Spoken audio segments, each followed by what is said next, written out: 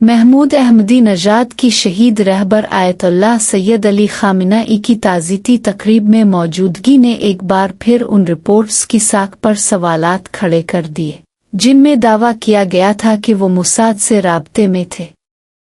اگر یہ دعوے درست ہوتے تو کیا ایران کی اتنی اہم اور حساس تقریب میں ان کی عوامی موجودگی ممکن تھی؟ ایران کا موقف ابتدا سے واضح ہے کہ یہ الزامات ایک منظم میڈیا مہم کا حصہ ہیں جس کا مقصد ایرانی عوام میں بداعتمادی پیدا کرنا اور قومی اتحاد کو متاثر کرنا ہے۔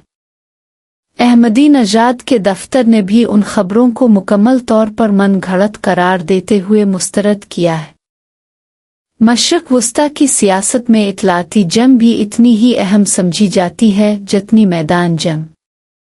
اسی لیے ہر بڑی خبر کو تنقیدی نظر سے دیکھنا ضروری ہے۔ جب تک کسی دعوے کے حق میں آزاد اور قابل تصدیق شواہد سامنے نہ آئیں، اسے حتمی حقیقت نہیں سمجھا جا سکتا۔